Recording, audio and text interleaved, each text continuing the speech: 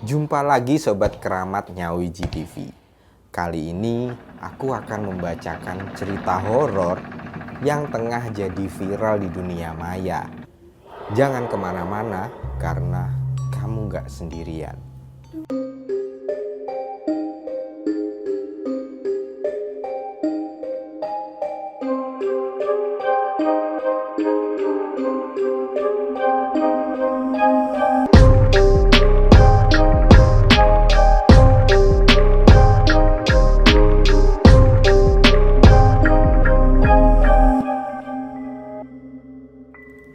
Kisah ini berawal saat seorang mahasiswa baru, panggil aja namanya si Joko, yang ingin mencari kosan murah meriah seharga 450.000. Tapi ada beberapa fasilitas yang didapatkan, mulai dari spring bed, kipas, bantal guling, karpet, meja, kursi belajar, lemari, air listrik hingga wifi. Kebetulan juga saat itu Joko ini emang telat mencari kosannya dan asrama kampus juga sudah penuh. Walaupun ada yang kosong, tetapi harga kosan yang ditawarkan di situ cukup mahal, senilai 1 jutaan rupiah. Dan itu belum termasuk biaya air, lampu hingga wifi-nya. Kemudian si Joko ini ketemu dengan kosan yang murah dari temannya yang sejurusan juga. Tapi temannya ini sudah nginap duluan di kosan itu. Dari awal saat Joko tahu harga kosan yang murah dengan fasilitas yang lengkap itu, di hatinya Joko itu berpikir kalau kosan itu nggak masuk akal dengan harga segitu. Sampai dia juga berpikir bahwa kosan itu horor pasti. Meski begitu, Joko nggak mempedulikan hal itu dan merasa bodoh amat. Yang penting murah dan lengkap. Apalagi kosan murah itu memiliki lokasi yang strategis ke arah kampusnya. Karena perlu berjalan kaki aja untuk bisa sampai ke kampusnya. Kemudian Joko menceritakan kalau kosan itu seperti rumah tahun 80-an, rumah lama kayak rumah Belanda kayak gitu. Yang beberapa ruangannya itu terlihat usang. Tapi si Joko ini gak mengkhawatirkan hal itu. Sebab kondisi kosannya rapi, bersih dan normal seperti kosan yang biasanya. Di dapur kosan bahkan ada kulkas 2 pintu, kompor dan juga meja makan, lengkap dengan piring-piring serta gelas dan peralatan memasak di dalamnya. Joko dan temannya pun pertama kali menginap di kosan rumah itu hanya membawa baju dan peralatan mandi aja. Rumah itu memiliki kamar dan 7 diantaranya udah terpakai. Ada 1 kamar yang kosong, digembok menggunakan kunci gembok yang sangat besar dan juga dirantai. Saat itu Joko bertanya kepada ibu kosnya. Kemudian si ibu kos ini menjawab kalau kamar kosan itu kosong seperti gudang. Tapi anehnya, ketika Joko ini mengintip ke kamar itu, kondisi kamarnya ini sama seperti yang lain. Sama seperti yang kamar mereka tempati, tapi lebih besar. Mereka sama sekali nggak tahu kenapa kosan itu digembok dengan rantai yang besar dan juga gembok yang besar juga. Hingga beberapa lama tinggal di kosan itu, Joko sudah menebak bahwa prediksinya itu benar. Muncullah dari sini kejadian tak kasat mata di area kosan. Seperti dapur yang mendadak ramai, seperti ibu-ibu sedang memasak. Tapi saat Joko dan temannya melihat, dapur itu kosong, gak ada siapa-siapa di dalamnya. Kejadian lainnya, saat tengah malam terdengar suara piring-piring itu pecah di dapur, pada berjatuhan gitu loh. Dan kamar mandi itu terkunci dengan sendirinya dari dalam. Bahkan terdengar suara air yang jebar-jebur seperti ada orang mandi di dalam. Padahal nggak tahu siapa yang ada di dalam ini. Dan yang anehnya lagi, yang mengantri di depan kamar itu lengkap. Ada 7 orang penghuni kosan lagi menunggu di depan kamar mandi itu. Nah, saat mengantri itu, mereka inisiatif dong untuk mengetuk pintu kamar mandi itu 3 kali dan meminta untuk siapapun yang ada di dalam untuk cepat-cepat keluar agar gantian sama penghuni yang lainnya. Tapi pada akhirnya pintu itu bisa dibuka dan tidak ada siapa-siapa di dalam. Ternyata kejadian itu sudah menjadi rutinitas harian yang biasa dilalui oleh para penghuni kosan di situ. Setelah penghuni hampir 1 tahun di kosan rumah itu, muncullah penghuni baru yang ingin ngekos. Kemudian si Joko bercerita kalau orang itu terlihat seperti pria dewasa. Sebut saja Yoga namanya. Dan kebetulan melamar kerja di kampus tempat mereka kuliah. Tapi Joko dan teman-temannya heran karena seluruh kamar kosan di situ sudah penuh, di mana Yoga akan menginap. Ternyata Yoga menginap di kamar kosong yang selama ini digembok oleh ibu kos di sana, yakni kamar kos nomor 8. Kamar itu pun sama kondisinya kayak kamar penghuni yang lainnya yang siap dipakai, tapi agak lebih mahal dari punya Joko dan teman-temannya, seharga 600.000. Kemudian Joko bersama teman-temannya pun memberitahukan kiat-kiat untuk bertahan lama di kosan itu. Mulai dari menceritakan kejadian aneh dan tak kasat mata yang sering hadir di kosan tersebut yang biasanya teman-teman kosan alami. Besoknya si Yoga ini, si penghuni paling muda di kosan itu, baru mengetahui kejadian tak kasat mata saat mereka mengantri mandi dan suara dari dapurnya. Selesai 2 minggu Yoga menginap di kosan nomor 8 itu, ibu kosan mereka kembali, entah dari mana. Selama ini ibu kos mereka itu sama sekali gak pernah kelihatan.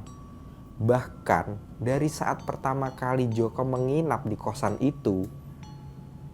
Tapi setelah lebih dari setahun, ibu kosan itu muncul mendadak, entah dari mana. Kemudian si ibu kosan itu mengadakan hajatan. Tapi anehnya hanya anak-anak kosan yang diundang. Saat itu mereka gak berpikiran aneh-aneh. Si Joko dan teman-temannya hanya datang karena tak mungkin menolak makanan gratis bagi anak kos. Ada ayam bakar, sayur melimpah, ikan bakar yang menggoda. Joko dan teman-temannya pun agak bahagia karena saat itu tengah akhir bulan. Tanpa pikir panjang, mereka pun datang dan memakan semua makanan yang udah dihidangkan. Joko kala itu mengakui dirinya langsung mengalami mimpi aneh setelah undangan hajatan yang dibuat oleh ibu kosannya. Dia merasa mengulangi rutinitas yang sama sebelum tidur. Dia membuka baju, kemudian tidur dengan telanjang dada. Tak lama ada suara yang menggedor pintunya. Joko kemudian kaget. Dia tak menjawab gedoran dari pintu kamarnya. Berawal dari gedor-gedor kasar dan kemudian kencang. Bahkan terdengar kayak menendang pintu. Kemudian Joko pun hanya bisa diam, menahan nafas.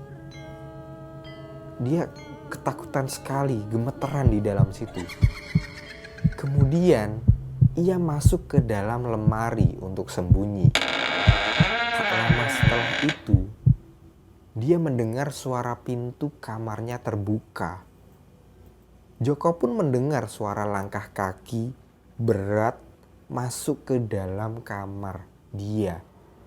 Dan sosok yang mengerikan berbicara kepadanya. Di mana ya satunya lagi? Joko pun sama sekali nggak tahu sosok itu dan bentuknya seperti apa. Dia hanya bisa mendengar sambil berdoa supaya dia itu bangun dari mimpinya. Karena dia merasa seperti terjebak di dalam mimpi mengerikan itu. Merasa sudah lama di lemari, makhluk yang masuk ke kamarnya ini pun cuma mengitari kamarnya. Tak lama mendadak hening. Hening banget. Saking heningnya, Joko tidak bisa mendengar suara detak jantungnya. Sekitar 10 menit kemudian, Joko tetap tak berani keluar. Sampai-sampai Joko ini akhirnya terbangun karena azan subuh. Joko cuma bisa ketakutan dan menangis, tapi tak mengeluarkan air mata karena mendengar suara teriakan nyaring. Mana satunya lagi? Sebelum akhirnya terbangun. Badannya kaku.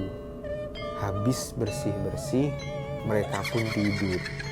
Ternyata Yoga juga mengalami mimpi yang sama seperti Joko. Tetapi Yoga ini tidur di kamar nomor 7 bersama dengan temannya.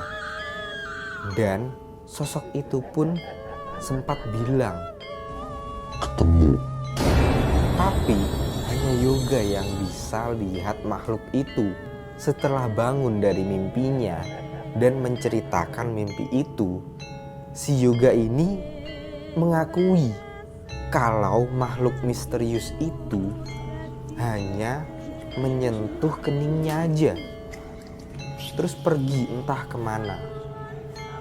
Seperti rutinitas pada biasanya, mereka mengantri mandi sambil menceritakan mimpi buruk tersebut. Tapi saat Yoga yang mengetuk pintu kamar mandi, Joko dan teman-temannya ini melihat ada bekas cakaran di punggung Yoga. Tak berdarah memang, tapi mirip bentuk memar yang sebentar lagi akan sembuh.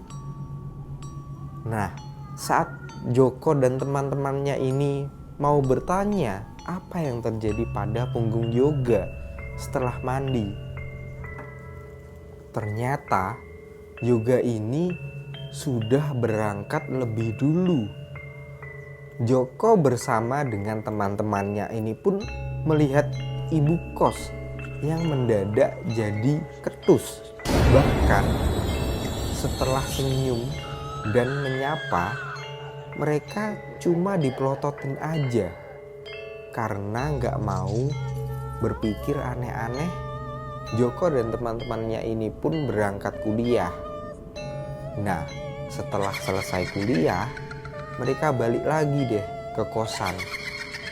Nah, saat mau makan malam, si Joko ini melihat Yoga dan temannya di kamar nomor 7. Wajahnya ini pucet banget. Mereka hanya bilang tak tahu kenapa kok mendadak demam. Sampai malamnya Yoga dan teman-teman sekamarnya ini di nomor 7 tiba-tiba teriak-teriak kesakitan. Heboh banget malam itu. Saking paniknya, Yoga dan teman-temannya itu kejang-kejang di dalam. Bentukan mereka sudah gak karuan, guling sana sini, kemudian meraung-raung kesakitan. Kepalanya sakit banget, panas. Saking hebohnya malam itu, warga sekitar pada bangun dan langsung bantuin Joko dan teman-temannya untuk melihat Yoga dan teman sekamarnya ini. Ada yang melakukan ruqyah, kemudian melantunkan doa-doa dan lain-lain. Joko ini bercerita bahwa mereka sudah keluar dari kosan itu, tapi Yoga dan rekannya ini masih sakit-sakitan walau sudah nggak tinggal di kosan itu. Joko juga mendapatkan kabar dari teman kosnya bahwa salah satu dari mereka meninggal dunia karena penyakit misterius tersebut.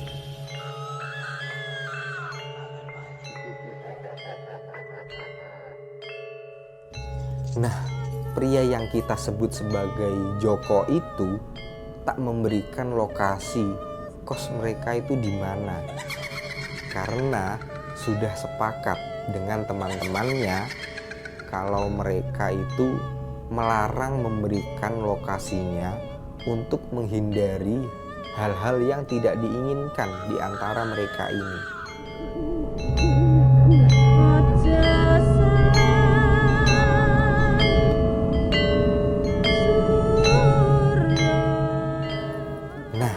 Seperti itulah cerita horor yang pernah dialami oleh Sobat Nyawiji atau yang beredar dan viral di media sosial. Entah cerita itu memang kosan horor yang benar atau enggak. Yang pasti kita nggak tahu. Gimana menurut kalian? Cerita itu tadi apakah benar atau kalian di sini Sobat Nyawiji udah ada yang pernah ngalamin? Tulis aja di kolom komentar di bawah. Dan jangan lupa komen, like, subscribe, dan juga bagikan video ini ke teman-teman kalian. Dan next mau dibikinkan cerita apa lagi? Komen aja di bawah. Sampai jumpa di keramat selanjutnya.